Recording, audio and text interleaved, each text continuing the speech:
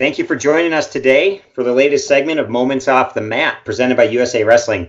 I'm Tony Black. I'm the Director of State Services for USA Wrestling, and I'm here today with Jeff Marsh, who's the National Director for Beat the Streets. Jeff, we were supposed to be meeting in person next week, but as you know, that's not going to happen. So I want to thank you for making yourself available to chat today. Here I am in Colorado Springs, and you're in northern New Jersey. So again, thanks. Yeah, of course. My pleasure. So I guess that meeting on the 8th is officially canceled then, huh? Yeah, there you go. So there's notification for you. You can pass that on to your crew as well, and I'll make sure that Dave Matthews in our office knows that. All right, awesome. Yeah, make sure Dave doesn't travel out here and ends up the only person in the subway on New York City. Yes, we don't want that. So we'll get started here. So Jeff, you grew up outside of Ann Arbor, Michigan. Then you went on to wrestle for the University of Michigan. Most people who know you, I think they know that about you. But let's back up a little bit. How did you get your start in the sport of wrestling? Yeah, great question. Every time I meet a wrestler, no matter, I've asked Jordan Burroughs this, I've asked Helen Morales this, I ask every single one of our Beat the Streets kids, how'd you get into the sport? And that's my informal survey, right? It's my informal study. For a couple of reasons. One, I think it's critical to know so that we know where we put our marketing energy in wrestling. And then, right, whether we're putting that energy into flyers, posters, waivers, or recruiting days, or not waivers, but so I got my start in wrestling. My family, as most of us were, was a family of wrestlers. My father wrestled a couple years in high school, loved it. Says he didn't have the success that he wanted, but he was all in on it. My uncles were some of the more successful wrestlers out of our town growing up, and they were a big part of running the youth club. And so my brother joined the team when he was 5. I was 3.5, and I was going to wrestling practice. And of course, as a kid with a lot of energy, I was like, if I'm going to be here, why can't I do this anyway? So I started wrestling at 3.5 years old. Gotcha. So yeah, I think, right, it's great how you said that. Trying to figure out, when trying to market the sport of wrestling, both you and I fell into it the same way. It was hereditary, right? Had family members or an older brother. Case in point, my brother's a year and a half older, just like you. So that's cool. And I never knew that. So yeah, another connection for us.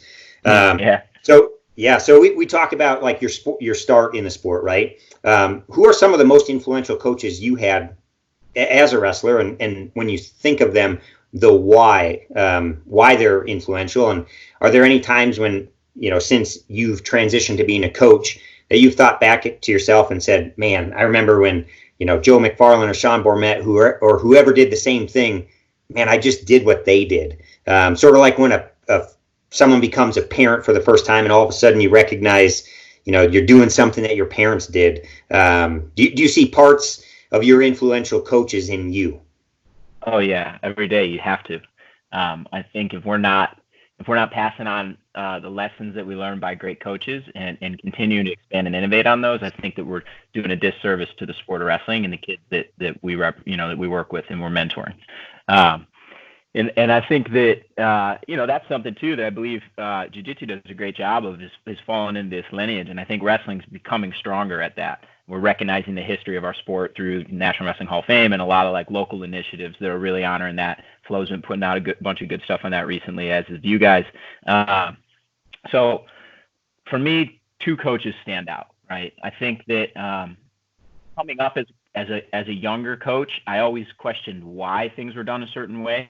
And I saw a lot of repetition of what was done before, which can be good sometimes, but it also can stagnate if you're not innovating. So I always kind of drove myself to innovate. But one of the major questions I had when I was coaching at Stevens Tech, I think I was my 5th year coaching. I coached with Mike Clayton, who's one of your guys' staff members, building an education program. And so one thing I never fully understood was, what do you say to an athlete after loss? And they come off the mat, you want to be there for them, you want to say something, you want to help them overcome this. A year ago, probably today, right around this time, I went home after the NCAAs and I had breakfast with my old coach. And we're sitting there, me, Jeff Verne, his wife, my wife, in a little cafe in Dexter, Michigan, tiny little one stoplight town. And I remember the things that Jeff did, right? I remember those more than anything. And so I remember going to the state tournament, and I didn't have money for lunch. And he gave me $20 and said, go get whatever you need. And for him, it was probably something tiny. But for me, that's a moment that stood out in my mind forever, right? His objective, no matter what his situation was to take care of my needs. It was to take care of me. It was to be there for me. And so I was asking Jeff about this question I had. And so I said, what do you say to an athlete after loss? And Jeff said, nothing. You just be there. And that was kind of the cherry on the top of like all of these things I had been trying to discover while learning how to coach. And there was a culminating moment. At the same time, Jeff told me that he said, I have a little problem. And I said, what's that? And he goes, well, I've got some cancer and it's terminal, but we're going to get through it. Jeff passed away a couple of months later, and I was fortunate enough to have the opportunity to share that story at his funeral. But Jeff was a huge mentor for me. And a lot of the programs that we build now at Beat the Streets, like Emma Randall's doing with the Sport US Wrestling Foundation, we've been able to build out a Gym Class Heroes program where one thing that Jeff did for me was my job in the spring, I was a USA Wrestling official. And Friday night, I had to be there at 5 o'clock. I had to have an appearance. I had to show up on time. I had to negotiate for my pay. I had to manage a stressful situation, right? Everything that you need to be ready for a career. My first job was in wrestling, and my coach gave me that job. And so now we've been intentionally designing our programming through Beat the Streets on that same model. And it was Emma's innovation. She just made it click that, oh my gosh, I got those same things from my coach. So instead of hiring a referee from out of the city, we're training our kids. Instead of hiring somebody to go and recruit at their schools, that's me or you or somebody else that loves wrestling. No, we're hiring the kids. And so we're taking and we're paying them $15 an hour to go around, recruit at their school. They're doing the gym classes. I think we delivered 15 of these this year where we were paying the kids as a pilot program in New York. We're going to scale that to the rest of the country.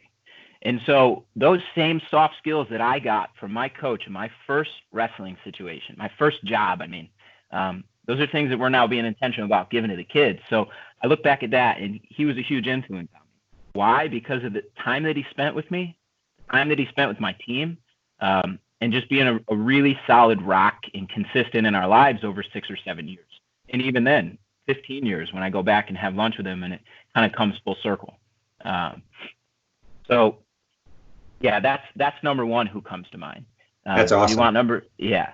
So, yeah, go ahead. And I'll tell you number two. Sorry again to everybody watching. I've got a little sniffles and stuff going on. Don't worry, it's not digitally contagious. Yeah, Jeff was really impactful, and as I said, he passed away this year, but he left a huge impact and a legacy that's going to continue on. And I think it's important for us to live those lessons and to pass them on from any coach and any coach that did something to actually change our lives. Right? I believe that the inspiration that was created from me having that experience as a young referee and my first job, I believe it probably put something in the back of my mind. And oh my gosh, you can make a career in wrestling.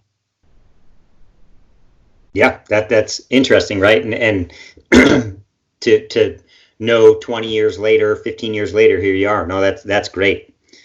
All right, so you gave us one. You still got to give us the second, Coach. Yeah. So this story is a little different. After I left the tutelage of Coach Vern, I got to college, and I started getting caught up in the college environment, especially at a Big Ten school. I was going out too much. I was partying. I lost focus on my goals. My goal was to get into college, to use academics and athletics to go to any school I wanted. And then when I got to campus, I didn't reset that goal.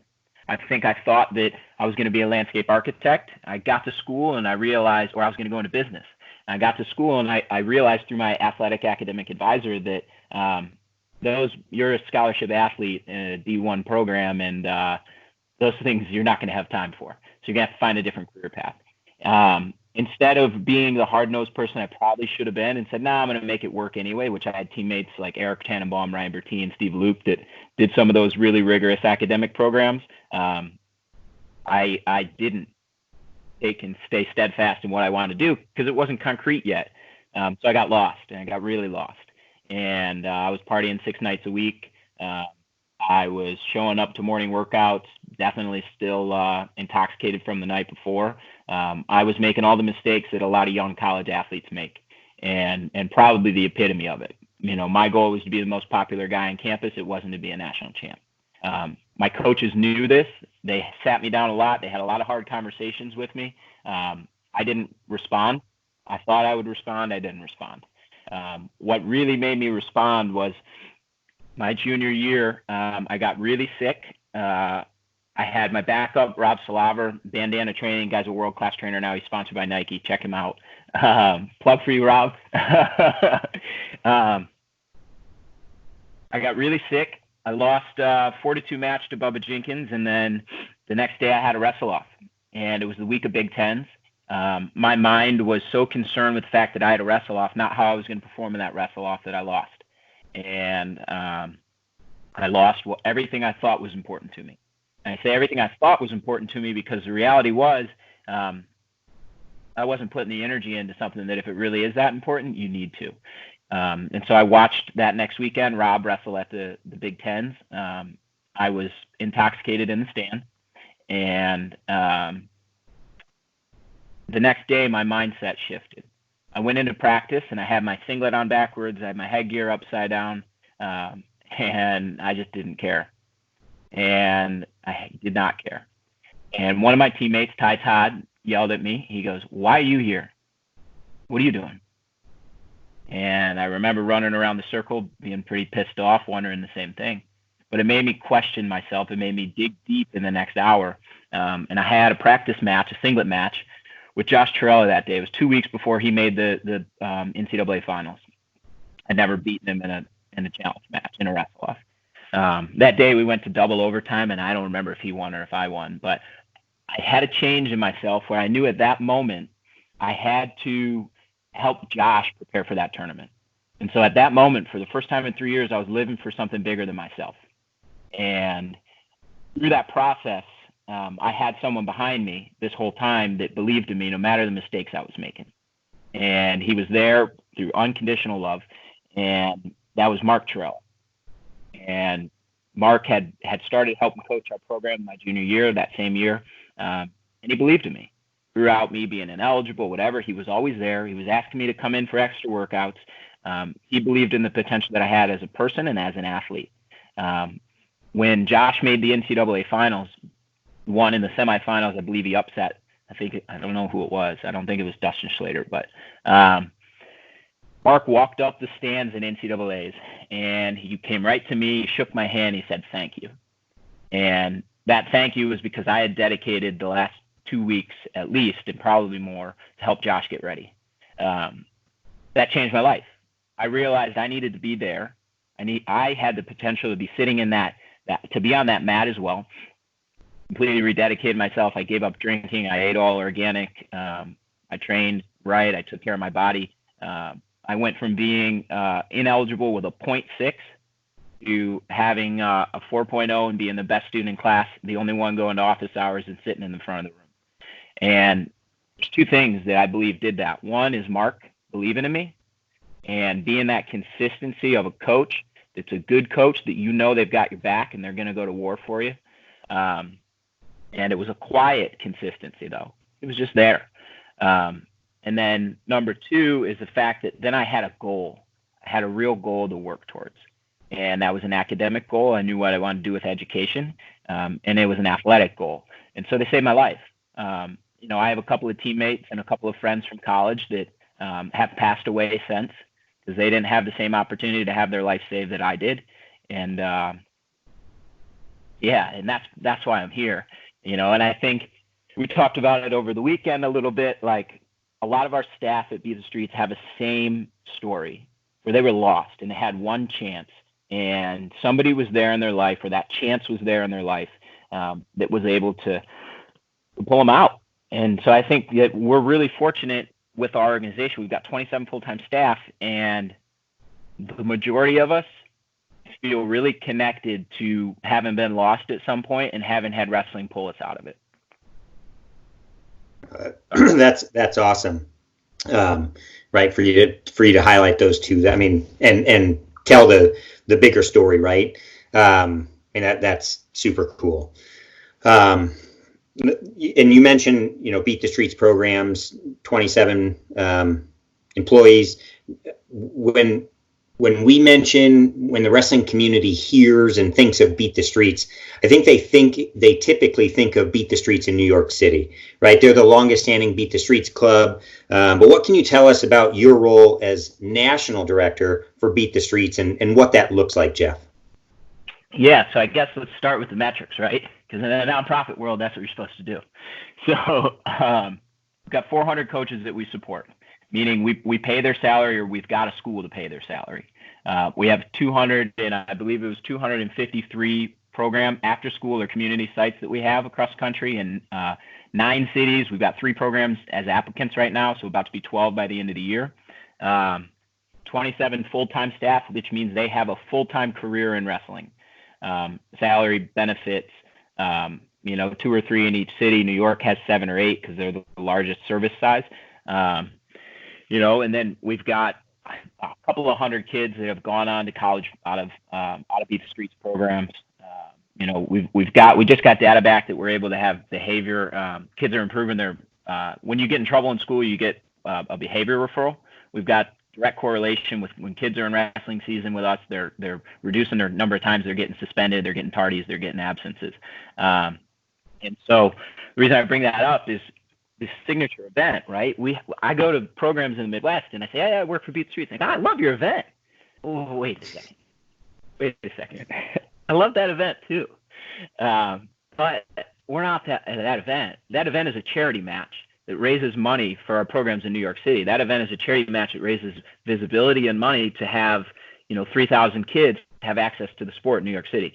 New York City had 23 wrestling programs through the MWA when Beat the Streets was founded in 2006. This year, there will be 185 programs. 150 of them are directly supported through Beat the Streets. About 30 of them have happened organically because the sport's growing in the city. This year, the public school athletic league will pick up the second half of $1 million budget to run that program exclusively on their own without the support of Beat the Streets. That's the ultimate sustainability.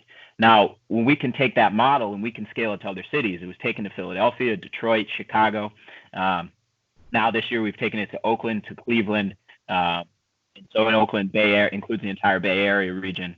And so now we're looking at expanding support in Baltimore. This year, Boston Youth Wrestling came on board. So when you've got this model, you have 10 years of experience of it, and it's refined, you can scale it. Now, there are things we're always improving upon, but that impact, I think, that you're so aware of in New York City is going to continue to spread. We'll stick to only having 2 signature events, the LA benefit and the New York benefit. But what's happening every day is really what Beat the Streets is, right? The visibility of that event, in the nonprofit world, they say, like, to have a signature event that's bigger than your cause is actually a good problem to have. It's a marketing problem. And so the solution is stuff like this, where we're getting out and saying, like, telling the stories of what we're doing every day to solve that good signature event problem. Yeah, no, that's awesome what you explain, right? It's not just an event, even though that maybe the wrestling community views it as such. I mean, certainly that's maybe the vehicle that it gets exposed to the wrestling community. So yeah. When you meant, what's that? Yeah, I was going to say, and I don't think I answered the second half of your question, but go ahead. Yeah, what is your role then? Yeah. Tell everybody what your role is, right? Yeah. I like to be, I told you I was going to be myself and be a little fun on this. So I got a friend, Dan McCune, and he runs Sunnyvale Youth Wrestling League. And he's now the executive director at Beat the Streets Bay Area and pushing the growth of the sport in Oakland, which they'll have 5 programs this year, 5 middle school programs. They had 0 2 years ago. They cut high school wrestling 2.5 years ago, right? So Dan, keep kicking butt.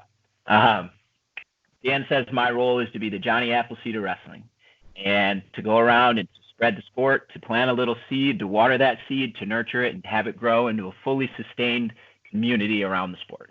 And that's exactly what I do. And so I'm really lucky, like you, to get to spend a lot of time talking to people across the country and on airplanes, traveling around to do this stuff, which will segue into the van, I guess. But and so Ray Brenzer, same thing. We talk about this all the time. Ray's a huge mentor of mine, good friend. So when you think about, let's talk about a single city, right? So Johnny Appleseed of wrestling. So to go to Oakland and to talk to Dan, to talk to Bobby, I'm going to forget his last name, to talk to Jason Welch, to talk to Chris Fetter, to figure out exactly what the wrestling landscape is in Oakland and in the Bay Area, and what the political pieces of that are, and where the support's coming in and where it's not coming in, and where it could be accessed. Right, that's kind of like market research if it's private business. And so we're figuring out what the key players in the community are. We're bringing them together to collectively say, hey, how can we make this better? You build the infrastructure around that, and then you put a multi-year plan together to roll that out as wrestling programs. Right? Okay, we got to pursue with Oakland first. We've got a relationship here. San Jose will be in 3 years. The reason we're going to do that, all right, let's start developing that relationship now. And then we bring the community together to support that and execute that plan. But the community comes together organically, right? You get guys like Larry Kane, who's the board chair there. He's a partner at Oric, which is a major legal firm across the country. Larry has been dynamite. He's got a ton of board experience. He's the right guy to be leading the organization at the board. He's brought in Nancy Schultz. He's brought in Lee Kemp. He's brought in a bunch of wrestling people. Travis Lee is on the board now. And so you get a bunch of individuals that are passionate about wrestling, but also have skills that can really benefit the organization, right? And really benefit, by organization, I mean the community, right? This is a community grassroots movement. So my job as Johnny Appleseed is just to plant the seed, see where the right soil is, put it together, and then kind of nurture it and grow. And if you have a bad year where there's not a lot of water, all right, hey, let's go in, let's help this thing out a little bit, and let's try to keep it growing. And then one day that tree will plant its own seeds, right? Because those apples will fall down like they have in New York City, where the PSAL is picking up these programs. And those trees are growing on their own now without Johnny Appleseed needing to spread this stuff. So that's the role of the person, of my job and the person in my role. It'll transition this year a little bit. It'll transition less from planting some more seeds and supporting the growth of the existing programs, to building in bigger partnerships and doing some resource development for us, seeing how we can add value for corporate partners, seeing how we can add value for, like you guys have added a ton of value for us, right? Like you guys are our first partner. I would say our number one partner right now has been USA Wrestling. And the only reason that we're able to do what we're doing nationally is because of what you pushed forward, Tony, and what Rich supported with the Beat the Streets programs. Yeah, no, thanks. And great analogy about Johnny Appleseed. I think eventually you and I we'll be able to compare notes about kids in school. I just wonder, I don't even know if they tell the story about Johnny Appleseed anymore. If not, I sure hope that it's in existence in a couple of years, right? When we're in that role. But yeah, no, that's a great way of saying it. When you mentioned Beat the Streets, Jeff, you guys have a board of directors. What does that your board? Hey, Jeff. Sorry, I lost you. Jeff, yeah, are you still there? Now? Sorry. Yeah, I'm back. Hey, you want a tour? Hey, I think we're going to get to that. Can you hear me? I can hear you. Yep, we got a new background. We'll get to the tour in a minute. Gotcha. All right. Yeah. So Beat the Streets. You guys have a national board. Who are some of the board members? The main players that not only do you report to, but those that are, the key players pulling on that rope in the same direction. Yeah, sorry for the adjustment of the camera here. No problem. Jessica, hi.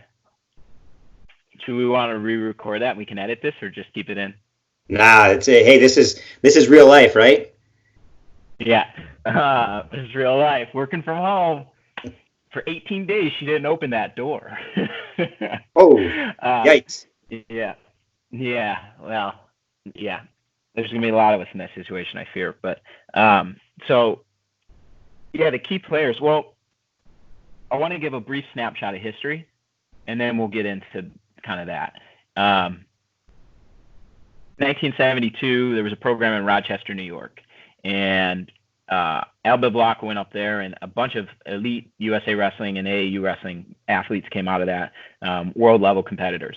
And it was in downtown Rochester in the 70s when, riots were going on, the white flight, everything that we read about, learn about historically, that creates the situations that a lot of inner cities have now.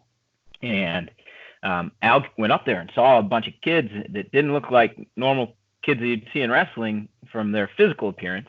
And he said, what are you doing? How are you getting all these kids that probably wouldn't be wrestlers into wrestling? And the guy that was running the program said, oh, well, we're beating the streets. And he said, we're going in front of school, and if we see them fighting, we're grabbing them, we're saying, hey, come wrestle. hey, I think you like wrestling. They had a community center they were running out of, just a YMCA, and that idea stuck in Al's mind for 30 years. And I know that him, Bill Crum, and USA Wrestling, I believe it was 1994, worked on a program that they were going to roll out with the Boys and Girls Club, and they were going to call it Beat the Streets. And Bill Crum and I believe was it Bill Shear or Jim Shear? Jim. In 1994 was the executive director? Yep, Jim. Yep. So they went and they met with the Boys and Girls Club, who in the 80s said the Boys and Girls Clubs were beating the streets. And they had a conversation, hey, we want to roll out this wrestling program. Would you guys want to do that? They went to Atlanta. They were ready to roll it out. The funding source changed, and it didn't happen. And so Bill said, hey, do you mind if we call it Beat the Streets? And they said, yeah, sure, whatever. So you guys sent a grant, and there's varying information on this. You sent a grant to San Diego, sent a grant to Portland, Oregon, Seattle, and one to Chicago, right? I think it was $30,000 a year between 4 sites, maybe 5 sites. And that grant was about $5,000 for coaches stipend and to get facility access. I think you might even sent mats. And it was called Beat the Streets. And so I've only talked to one person that was actually a coach in that program. And his name's Kevin Dunn, and he's on the board at Beat the Streets Bay Area. And so Kevin coached a couple of kids, and I know one of them's Quincy Clark and one of them was Willie Jones. And Quincy Clark, has had a phenomenal athletic career. He's had a phenomenal personal career, and he's very close to, Kevin Dunn, who supported him through this Beat the Streets program in '94. It might have even been a little before that. Quincy had a teammate, and his name was Willie Jones. And Willie Jones was, I think, a state champ in California, and if not a finalist or semifinalist. And according to Kevin, Kevin was helping him get recruited, and Willie was had opportunities, I think, to go to Oklahoma or maybe, I want to say Harvard, but I don't know if that's accurate.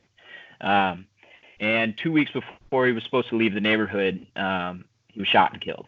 And Willie never got the opportunity that he had put in the time to create. And so at that point, Kevin brought Quincy in to his family, got him out of the neighborhood to protect him.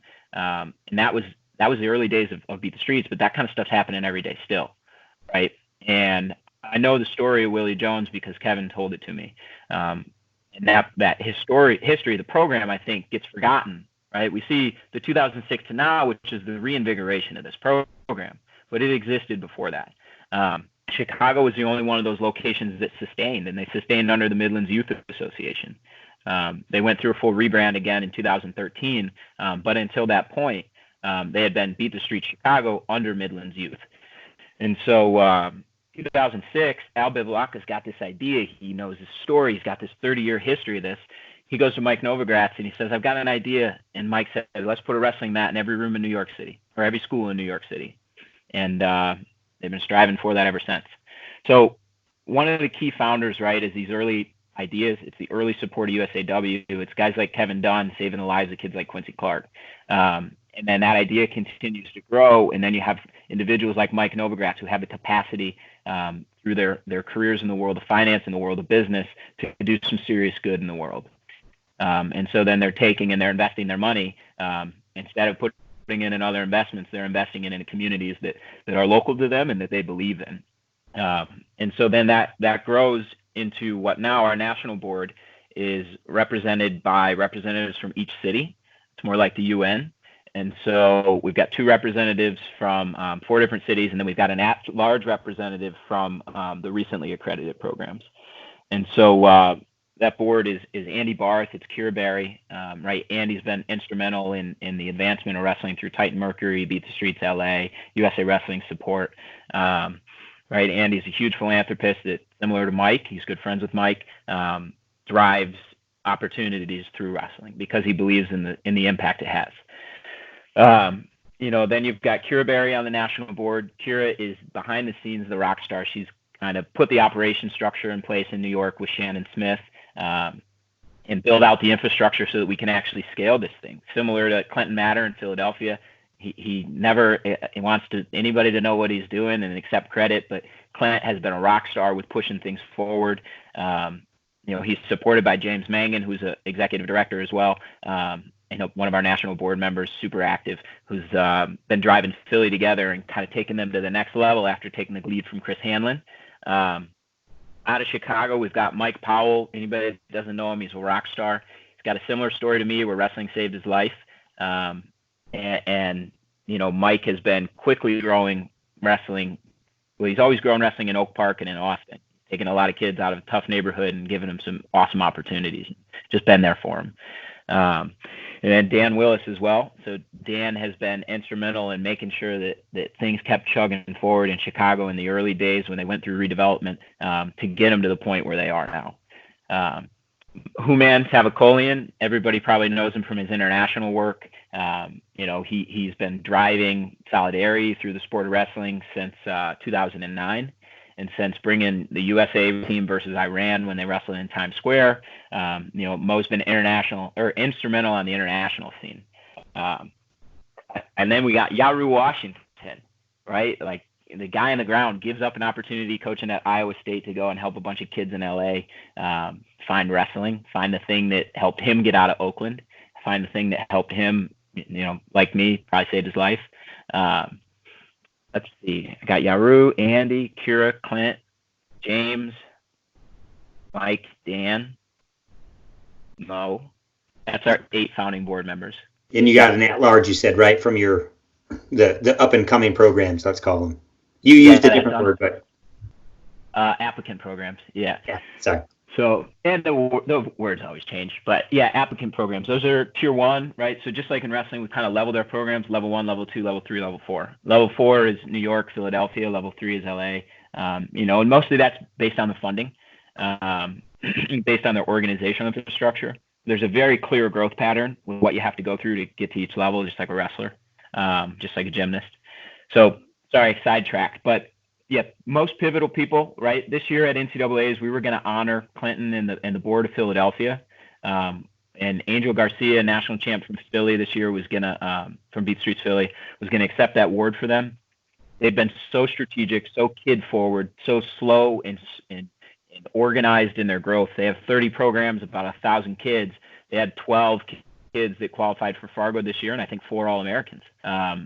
They had 2 kids go on to the PIAA state championships, making the quarterfinals and the semifinals. And they're doing that out of 3 training centers in Philadelphia. So 30 programs come together at 3 training centers like clubs, and then those kids end up traveling as this core Beat the Streets program. So they were going to get honored. Andy was going to get honored for his work and just being this kind of quiet, confident, super strategic person over the last 15 years in the support of wrestling. Andy supports people. He believes in people. He loves giving people opportunity, both the kids and the people that want to make a career in this thing. And then, we were going to honor Kira. And like I said, Kira is behind the scenes just a rock star. I met with her this morning. She meets with me every Monday morning to make sure that we have the right strategy in place. And she puts 80 to 100 hours a week into philanthropy and to making the world a better place. As a team leader for USA Wrestling, for the women's team, she did that. She's an advocate for women's wrestling. She's an advocate for Wrestle Like a Girl. She's an advocate for USA Wrestling's women's programs. And she's an advocate for us, right? To her credit, if you look at New York City, I believe they have 28% of the wrestlers in New York City are females. Overall, nationally, 20.5% of our wrestlers are females, right? Look at Detroit, I think it's 40%. And so compared to the national average, which you probably know better than me, is I think 5 or 6%.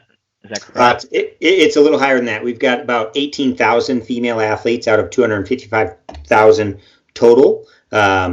Right. So obviously the 2 clubs that you name and your 20% average, I mean, that is certainly higher than ours. Ours is growing every year. Right. We're putting on about 2,000 female athletes per year right now, but we expect that to grow. I'm guessing like you guys do too, as more and more state high school associations sanction and recognize officially wrestling for females. That is going to be a very steep curve in the very near future. Yeah, I think related, I don't want to get too distracted on that, but Ken Begley in New York created a New York State female championship about 6 years ago, and the numbers blew up after that. And so, we've been fighting. Philadelphia and Pennsylvania doesn't have as many female wrestlers in their program. And I think it's partially because of a lack of access, like you said. But once the culture was set, and then the other beautiful thing, and this is a totally different podcast topic, I'd love to have Jackie and Emma on for it. When you have zero culture of wrestling, right? So we've got this urban wrestling desert. You've sent me the data where you showed, the numbers, and there's a pocket. And you correlate that with the highest density, right? So if we have the highest population density in, let's say, downtown Jersey City, and outside of that is Hudson County and then Bergen County, where you've got some of the highest density of wrestling in the world, let alone in the country. But then you go 10 miles south, and you've got more people, no wrestling. And so when you bring the culture of wrestling to a community that it's never existed in, there's not this predisposed assumption that it's a boys' sport. It's just a new sport. Whoa. And so when you create it in the right vein, you can create it from zero. You can create it fresh, right? You can create it where it's a boys and girls sport and nobody knows the difference. So side tangent. Okay, so that was Kira, right? She's been the innovator, the rock, the strategist, really pushing strategy. No, we've got to do this now. We need to clean that up. We need to do this for a decade. And so we were going to honor her at our NCAA event. Andy, Clint, Kira, and Mike Novogratz, of course, the reason that this thing scaled, right? The major funder in New York City, the mind behind that Times Square match, the New York City charity matches that we all know and watch, the negotiator behind the scenes with the athletes. Mike is a visionary, and he is the visionary. So we're all here supporting his vision and building this thing out based on what him and Al created 12 years ago from these little grains of what they knew was great. So he's the original Johnny Appleseed. That's awesome. That's awesome. And obviously, right, I mean, people in our office and a lot of people in the sport know the names and the people that you mentioned. But, I mean, there's people that are going to be watching this that don't know those names. And, I mean, what I'd say is good people bubble to the top. And I think the people you're mentioning, it's not an accident, right? They're outliers, and their peers know that. I mean, so that's a really good example of how an organization gets really good is with its leadership, right? And you guys have an unbelievable board that has been put together. So that's great. And to support that, I would say that is the key to success in any city, right? If you look at what Chicago's done, they've reinvigorated their board first. And it brought in strong leadership there. Alec McLennan's done the same thing in Cleveland. He's brought in strong leadership there. He's reinvigorated his board. He's got Ron Gross, Jim Gaydosh involved, Aaron Grossman supporting, right? All these leaders and innovators have come together in a way that now is attracting like-minded folks that believe they can help. And that's why this is, going back to Dan McCune, this is a movement. It's a real movement. It attracted me, attracted you, attracted Dan, attracted Andy, Clint, Kira, Mike, Dave, all these individuals, Jackie, Emma, Barry, the kids, right? All the way down to Suleiman Ba. Kid's a legend. Everybody's going to know that kid's name in 15 years. Say it again. Suleiman Ba. He goes by Suli. He's at the Kiski School. New York City, came out of New York City. He was a middle school state champ. Kid watches something once and he does it. His work ethic's incredible. I've seen him on Instagram all week on the Million Minutes Challenge. He hasn't missed a single live thing because you can see who's on. He literally hasn't missed a single live thing. He's putting in the work. So yes, Suleiman, you're a champ, dude. He knows it. Dude, that's awesome. In the work. Right now other people are going to know too. Yeah. Yeah. So you talk about the Beat the Streets programs, Jeff. What separates those clubs, or how does a club become designated in any of your tiers? And then what responsibilities, once a club is designated, what are their responsibilities in order to maintain that status as a Beat the Streets club? Yeah, great question. You helped me define this process. I think early on there wasn't a very clear process for that. It was get vetted by New York or LA, and it was just a brief vetting, and it was get vetted by USA Wrestling and Charter. Unfortunately, that doesn't build out the support that you need to do this and do it well. The last thing that you want is for an opportunity to be created for a kid that goes away. The kids that we work with have so much inconsistency in their life. Just like for me with Mark Torello. If Mark Torello went away and started doubting me at some point, I don't know what happens to me. And so consistency is key. And in the past, there's been Beat the Streets programs that were built on one person's back. When that person got busy in life, those programs went away. And we don't want to see that again, right? So that's really the responsibility that I have as this Johnny Appleseed of wrestling, is to make sure that doesn't happen anymore, to make sure that programs don't go away. And that's been what a lot of my phone calls have been the last 2 weeks, with the economic crisis that's approaching and the inability to deliver events, which I'm sure we'll talk about more in a minute. It's created a terrifying moment for us. And we have doubled down on making sure we're here for the kids currently and that we'll be here for them in 9 months. Which we'll get to more. What was the original question again? So how does a program get recognized, and what are those responsibilities once they are? Yeah. Or accredited, if I say recognized, but probably accredited or designated would maybe be the more appropriate term. Yeah, accredited. Yeah. Okay. Yeah, that's our internal process. Just like so I'll give you the nitty gritty. So if anybody's watching and you want to understand the inner workings of how our mind process, the next 2 minutes is going to give you that. And it's been a collective group effort. So like I said, we didn't really understand the history of Beat the Streets, and there was no collective knowledge share. There's a bunch of stories out there, and so we had to gather those stories, right? You have to do a case study. You got to figure out, why does this thing work? And when you figure out why does this thing work, we realize one thing. In Providence, where it's successful right now, there was a pre-existing individual doing this work. His name's Ed Germain, and he had about 6 coaches across the city that were kids that he had coached that started programs at their middle schools or high schools. And Ed was this pivotal center of pre-existing wrestling within an urban area. And so then Billy Watterson came in and built the infrastructure around him, the board, the processes, the insurance, the guidelines, the partnerships with the schools, the funding sources with the schools to scale what Ed was doing. Same thing in New York City. There was those 23 programs through the MWA. There was Bill Crum, John Welch, Al Bivalaco were involved with that before, the guys at the NYC, Hamid. And then the infrastructure was put in, Larry Cantor. I got to make sure I mentioned Coach Larry. And the infrastructure was put in place to scale that work, right? You start with one middle school program, then you add more. So what we've really realized is that in order to go through the accreditation process for Beat the Streets, we look for those key things on the ground. And one of them is like Ashley Sherman in Oakland, right? He's already been doing this work for 30 years. He's been doing it out of his own pocket, paying $2,000 a year out of his pocket at least to get kids up to the state tournament, right? Just so they had an opportunity, just like my coach did. And so we recognize that first. Okay, where does this exist already, right? Okay, let's get in communication with those programs and let's start to build the board around it.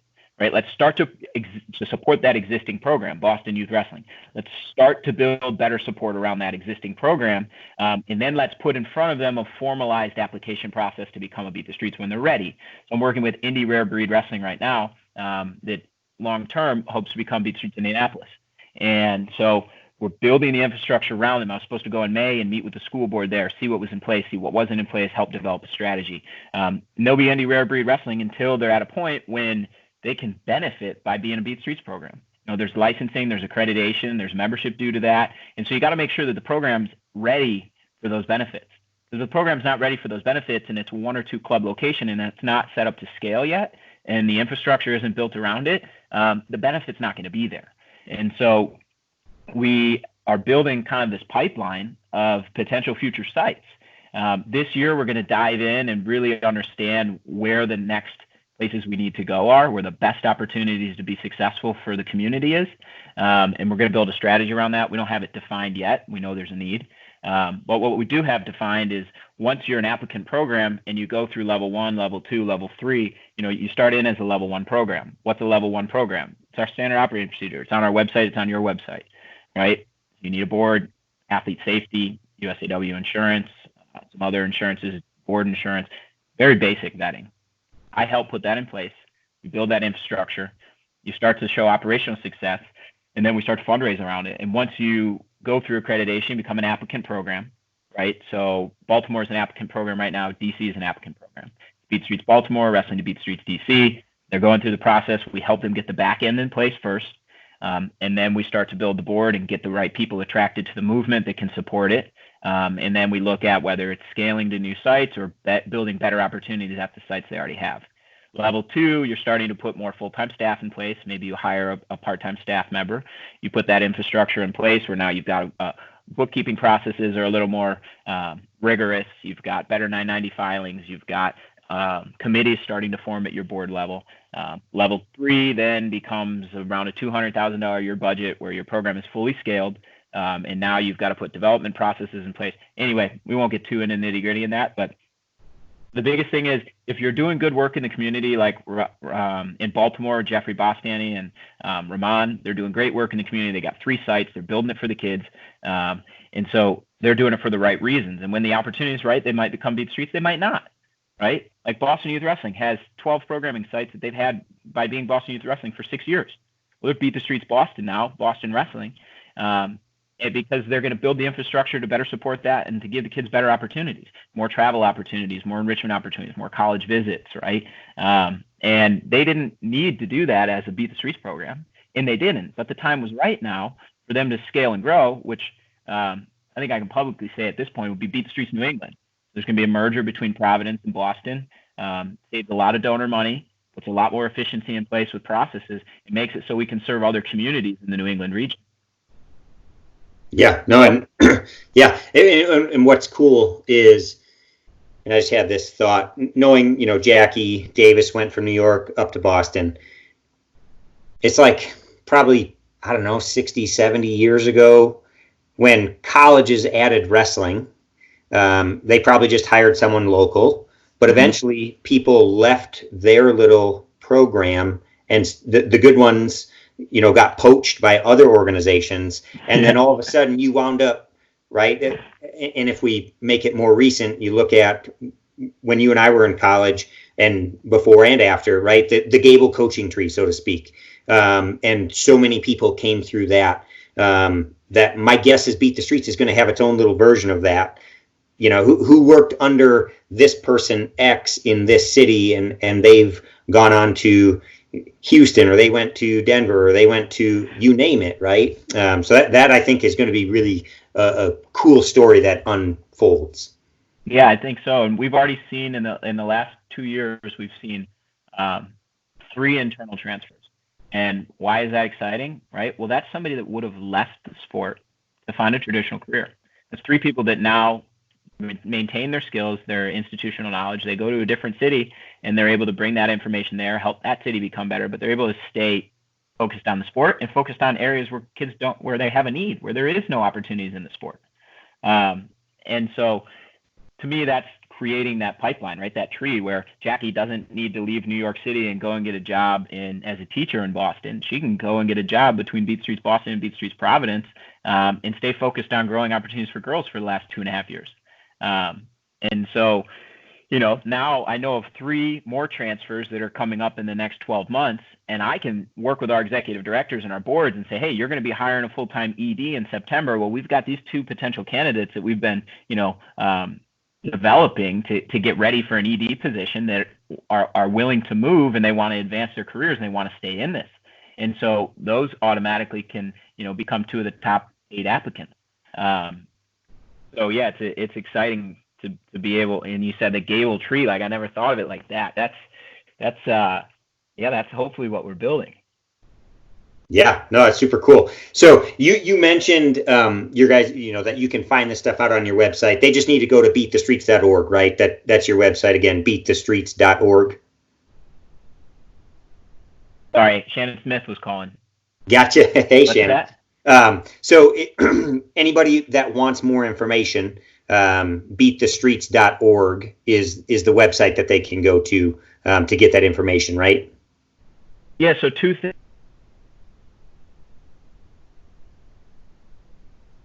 And find out info about all the different cities that we serve. If you want to get involved with the city, click their link and it'll take you to their website, and they'll have an individual contact form. You can email me directly and I'll connect you with the city.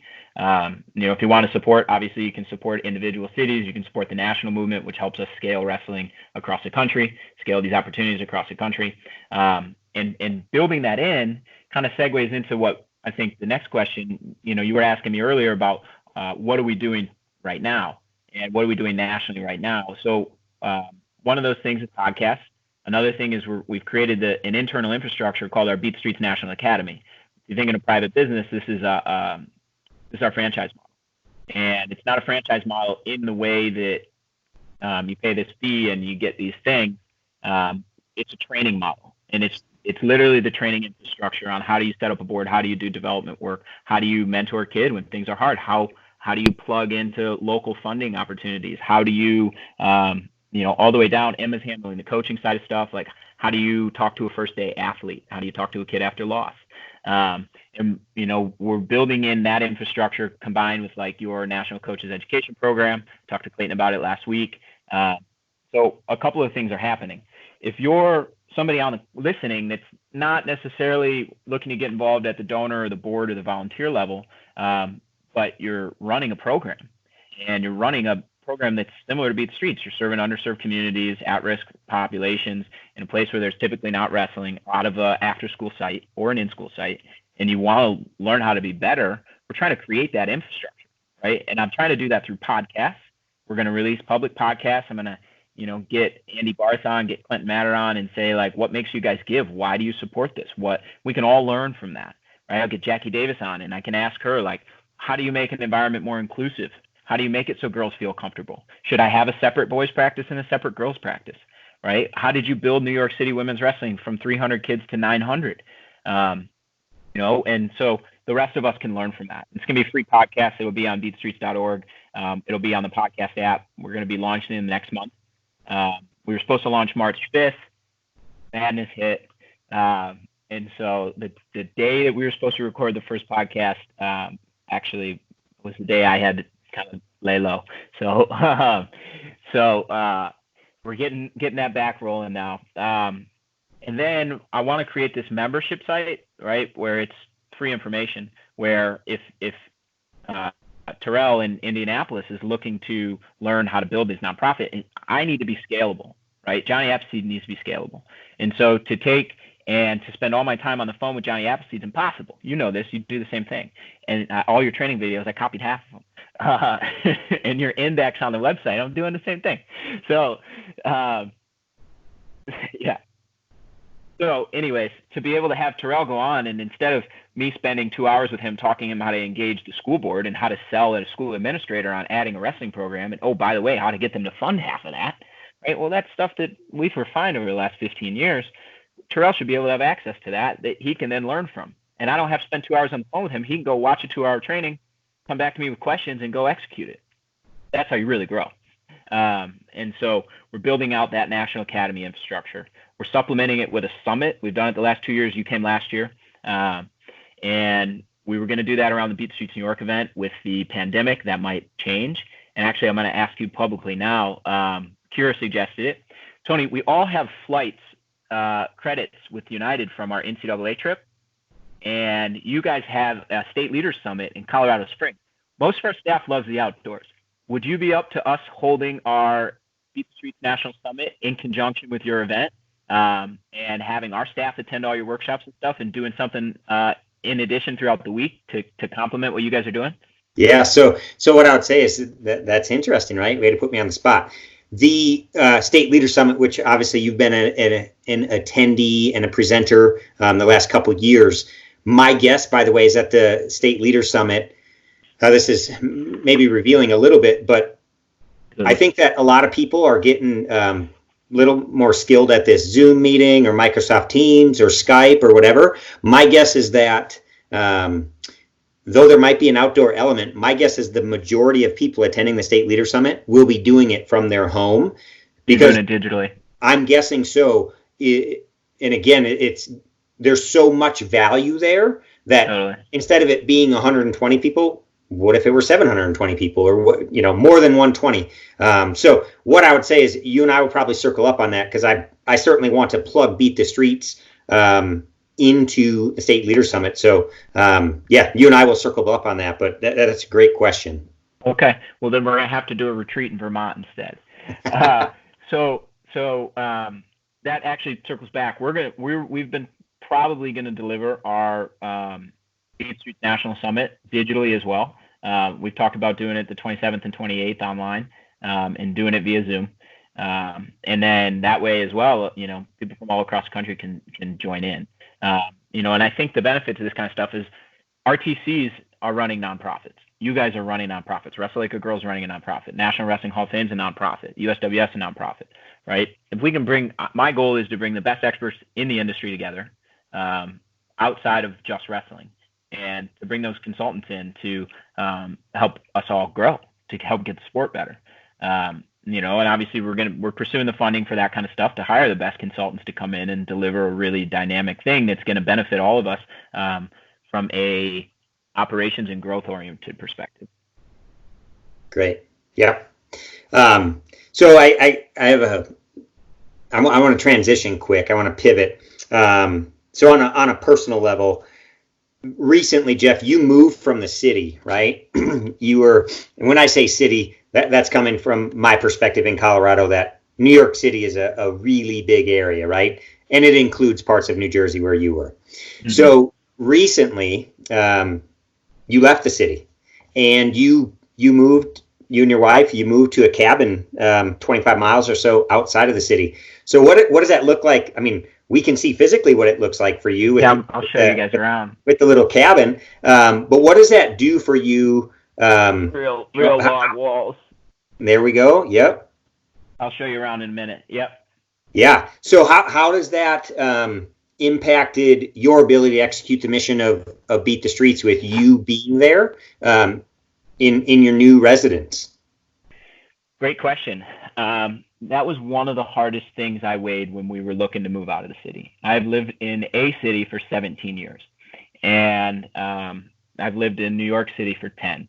And technically, I was in Jersey City. I was 1.5 miles from Times Square. We were in the city, and I questioned that. But then I pulled and I said, am I going to be disconnected from our mission? What we're really trying to do, right? That's a real hard question to ask when your passion and your job and what you live for is to help kids in the city. Can I do that effectively from outside of the city? But what I realized was I was actually only commuting from my home office 1 or 2 days a week, and going to practices at the training center 1 or 2 days a week, and the Beat Streets New York office 1 or 2 days a week. The rest of the time I was on the road in my van, or going to a Beat the Streets city that needed me there at that time, or I was working remotely and digitally like this. And so I'm not actively coaching anymore, which has been a hard transition as well. But I know in order to do this work to the level that it needs to be done, I got to be all in. And that doesn't include coaching daily. That includes going to run a camp in Providence for 2 days and get connected with the kids, or go to the coaches seminar in Chicago in the fall and make sure I'm on the ground and understanding what's going on. But the time constraints of mentoring a kid at a really deep level through coaching, which I think is the only way to really do it, I can't do that. But that allows me to have this location in mobility where also too, I'm gone so much like you, I don't think you actively coach, do you? No. Yeah. Right. Like you can't make the time commitment because you're on the road so much that you're not going to be there for half the practices. And so although I'm not actively coaching, I think I can do a better job at my actual work, which is building this organization by being in a cabin in the woods. And, it's a 45-minute train ride to Penn Station from my cabin. And I walk out my front door and I've got a lake. I walk out my back door and I've got hiking trails. I saw a fox yesterday in my backyard. There's mountains in North Jersey, contrary to what everybody believes. There's this little 15-mile stretch of mountains before you get to the Catskills. And so for me, growing up and living 17 years in the city and feeling myself getting older, there are things that for my mental health, I enjoy doing. And that includes waking up in the morning and going for a trail run. And I was finding a lot of anxiety because I wasn't balancing my life well. And anytime you hear somebody talk about balance, I think that they've lost, by the way. So I'm not going to talk about balance. I'm talking about being more effective. And so what I realized is that I'm more effective here because I can do those things in the morning and come back and absolutely crush it and work for 4 hours and be all in on that. Take a lunch break. Maybe I go for a walk with my coffee or a bike ride, and I see what I want to see, and I'm around what I want to be around. And then I go back and crush it until like 10 o'clock at night. And I don't feel like I'm glued to a desk and working.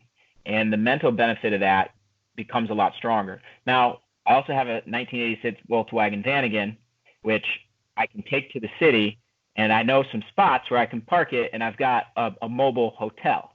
And so I have this camper van, which when I travel to our East Coast cities, I take, and it saves us hotel. My travel budget last year was $10,000. I only spent $2,100, and most of that was getting to Colorado and to the NCAAs. And so my ability to do that allows me, if we have an event in New York City or I want to go to practice, I can stay with friends at my old apartment, or I can just take the van, and I can urban camp in the van. And some people might think that's strange. There's a whole van life movement on YouTube, and I try to live a balance of that. My friend Ray Brenzer, when I FaceTimed him, I showed him where I was. He goes, "Jeff, you could do a lot of good there, man. You can take kids from the city, you can bring them out there for like camps and lake days and whatever." I was like, "Yeah." And he goes, Jeff, I said, "Yeah, Ray, you've become a wrestling hippie. You live in a cabin in the woods, and you're trying to grow the sport, and you go to the city to do that. You're a wrestling hippie." I said, "Huge compliment." Especially from somebody who was so closely connected to Dave Schultz. Like, to me, like, that means I've made it. Yeah, no, that's pretty funny, right? Because I think most of us know the story about Ray and his little Mazda pickup when he was in Iowa City. So he's probably, living vicariously through you now, trying to relive, 1993 all over again, or 94, whenever that was. Maybe it was 95, I guess. One of those years, right? And obviously you're talking about the camper that you and your wife have. So on a personal level, right, you use it to your traveling hotel, but best place you've taken it to? Oh, gosh. Well, and maybe you don't want to give away the secret, right? Maybe you want to remain your secret, but yeah. Now my heart's connected to Vermont, and every year I take a group of inner city kids up there. Some affluent, about half of them not, and we do wrestling. We do outdoor stuff. We fish. We kayak and take them to a petting farm, and I keep it small. It's about 16 kids. And a couple Beat the Streets kids, a couple of kids from the old rec program I used to run in town, and then a couple from the Edge. And it's Vermont, right? Vermont's got a place in my heart. It's tiny little quaint towns. It's sleepy. It's outdoors. I would say so far the best place in Vermont. However, my wife and I fell in love with camper vans. We were in Chile and Patagonia, and we were hitchhiking to a glacier town. So I guess it was about 3 hours away. You can pay for a bus, or you can travel frugally, and we were like, why not? So we got this. I actually think I have the sign. So we hitchhiked, and we hitchhiked with some folks with a 1990 Volkswagen camper van, and I was like, this thing is sweet. And so the bug got caught, and we went to Chile, and we rented a wicked camper. It's a camper van, and we traveled the Chilean coast 2,000 miles. We went up to San Pedro de Atacama Desert. We crossed over into Bolivia and went to the Salt Flats. And so that was the coolest place. I've been in a camper van, but it wasn't ours. We came back, and for a year and a half, I searched for one, and I bought ours out of a field in my neighbor's yard, and I've been restoring it ever since. Yeah, I remember when you told me about your trip back to get it. So, no, that's super cool. So I have one. What's that? Do you still have your Scout? I do not.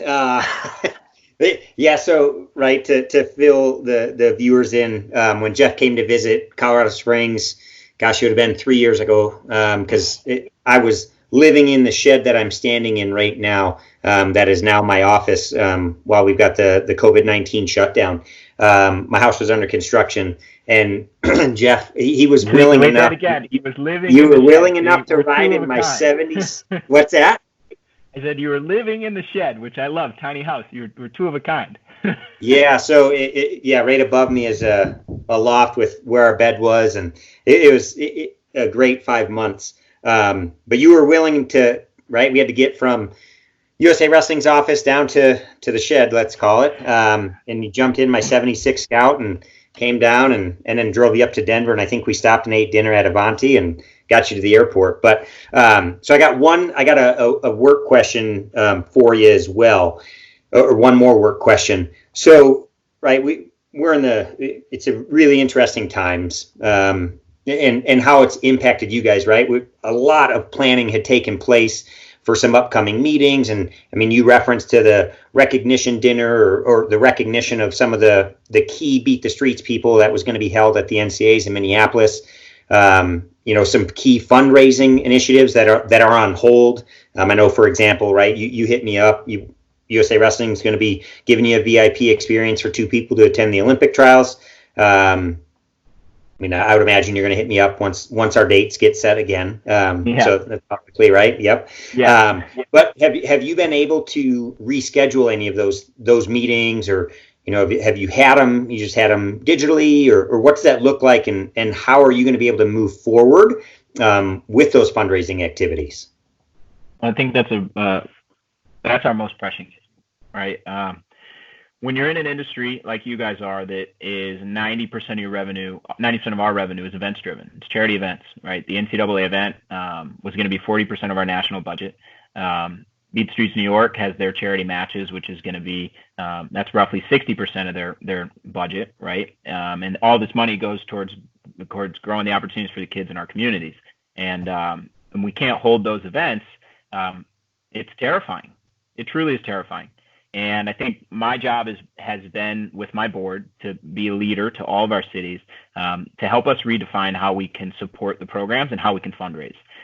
We're still ironing that out, right? We have the online auction bring Jaden Cox to your wrestling room, the Olympic trials experience with you guys, the New York and LA event VIP experiences, a lot of memorabilia. We're still going to launch that. I don't know when yet. We're trying to be sensitive to what's going on in the world right now. And we decided to postpone the auction, even though we could have still run it. We think that going out and asking people to donate to something immediately is not the right thing. So we doubled down. We focused on the kids. We made sure we were there for them.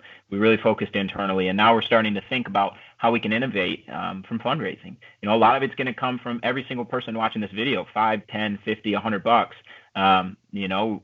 Is where I think we're going to find our opportunity to save the programs. And I say save the programs because that is potentially very real. If we can't hold our events and 90% of our revenue comes from those charity events, we're in a very tough spot to be able to continue some of the opportunities. We've made strategic decisions to eliminate any unnecessary growth opportunities, and that's a real bummer because we had some amazing things coming. That hopefully is temporary as we redefine new fundraising opportunities. I think if anybody wants to support, obviously they can jump on beatthestreets.org. They can get connected with their local city, reach out. I think the biggest thing is how to stay up to date, right? You guys are a great partner of ours. Anytime we launch anything, you push it out on your media.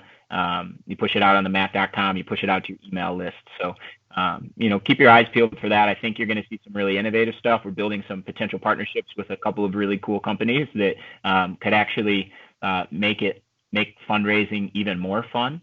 I don't want to give too much yet, but I'm excited for a couple of challenges, physical challenges that I think are really going to align with wrestling. We'll launch that stuff once things get a little bit more regular. In the interim, it's just about really trying to figure out how every city can sustain and survive to be here when, hopefully within 9 to 12 months, when kids want to return to normal, right? And I think that's a very real challenge, is because we're so highly dependent on fundraising. Your wrestling school program is not going to go away your high school, and your kids are going to come back and they're going to have a wrestling program at their high school because it's funded through the state, right? Our programs in the cities are not that way. We fund those programs. And so when PS 139 comes back, if we don't have the funding to deliver that program, those kids lost wrestling. And that's the last thing we want. And because their funding doesn't come from the state, right? Their funding comes from donors. Their funding comes from individuals. It comes from our charity events. And so to not have that funding creates a really scary time that a lot of kids potentially stand to lose the opportunities that they've fallen in love with, that are giving them shots to get out of their situations, like I had and like Mike Powell and Yaru had. Yeah, I mean, that's right. I mean, to hear you talk about that, that's a scary proposition, right? That the majority of people in the country, wrestling's going to be there when this all comes back. But in your world, in the Beat the Streets world, there's a lot more uncertainty behind that. And not only that, but the metropolitan areas, that they stand to be impacted more by COVID-19 and restrictions, right? When you get a bunch of people in a smaller area, it stands to impact much more. So it's kind of a snowball effect or a vicious cycle. So certainly when life gets back to normal, I certainly hope that those wrestling programs that have been built, they truly prove to be sustainable, right? So I mean, that's obviously the hope, Jeff. Yeah. Hi, Ingrid. Yep. Had a visitor. Yeah. Yep. No, I think, I'll just speak to that a little more. That's the hope. We're not going to let that happen, right? And I think it requires the wrestling community coming together. Even you asking me to get on this today, like, it requires all of us saying, like, hey, you know what? I'm really lucky that I'm going to have that opportunity, or I had that opportunity, and I want to make sure kids still have that. I think that's absolutely critical. And I think it's important too to sit back, I think, and also to kind of realize and reflect on what is going on. Like, our kids, their families, 80% of them are in the service industry, and they live paycheck to paycheck. That means that they're not working right now, and they're probably also, a lot of them aren't eligible for unemployment benefits, and so there's going to be a lot of displacement. There's going to be a lot of inconsistency in that. And if we can be consistent with the thing that they love and be that safe place even more now than ever, I think it's critical. And, we're doing that daily. Our coaches are checking in with our kids daily, seeing what they're needing. We're engaging them on this No Mat, No Problem million minutes challenge, trying to get the kids to do a million minutes of personal improvement and the rest of the wrestling community while they're in a confined state. And that's our opportunity to stay in touch with the kids, right? We already know that 4 or 5 families have lost family members in our programs in New York already. I know that kids can't get their books because they can't leave the house. They can't use transit. So we've got coaches that are getting books from schools and taking them to the kids. We told kids in Chicago, if you need a book, or you want a book, here's a list of books. Shoot us a message. We'll send you a book. We've sent 66 books out to kids in Chicago already, just in a week. This weekend we had a food truck in one of the neighborhoods in Chicago. We served 100 barbecue sandwiches to the families. Boston is taken, and Beat Streets Boston has become a food hub for the neighborhood. And so people can go between 12 and 3 and pick up food at Beat Streets Boston's offices. Right? We're not just a wrestling organization, and we've really switched. And we're there for the communities, and we need to make sure that we're doubling down on what they need right now. They might not need wrestling right now, but they need the people in their lives that can support them, and we can be that support infrastructure. We have to be. Yeah, no, that's great. That's great. So before I let you go, Jeff, let's get a tour. Oh, cool. All right. It's a little messy because we've been, in confinement. So this is the room I've been in for, I told you, 18 days. We won't get into that too much. There's a little loft up here. So let's see. I'm going to flip this if I can. All right. So here's the cabin. And then we got these walls painted out here. You can see the backyard. There's the hiking trails. Right up into the wood. Yep. Yeah, quite literally. And then we got it's a cabin, fireplace, and then we like to travel, so we got a lot of stuff there. And here's my wife's office, Jess, out front. Here's the lake right out front. Yep, just across the road there. Our neighbor's cabin. And then, yep. Let's see. I'll go this way. So here's the backyard.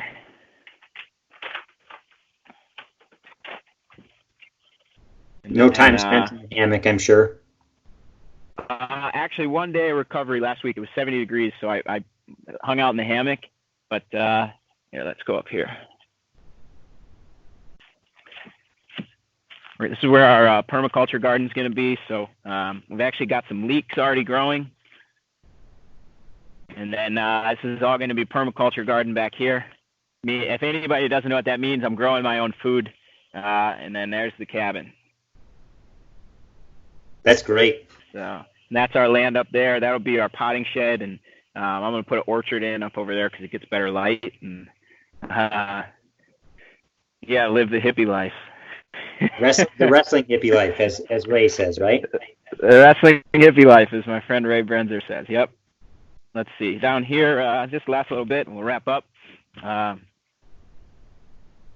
haven't had a self-directed barbecue in 17 years, and I had one on Saturday. There's the van right there, so maybe we tour the van. Camper van. There we go. Let's go tour the van. Back.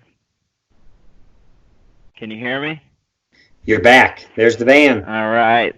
There she is. It's a Beat the Streets mobile office and Beat the Streets mobile hotel.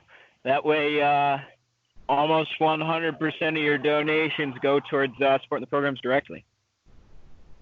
Yep. It's a mess in here right now, but there it is, man. And then that's the bed.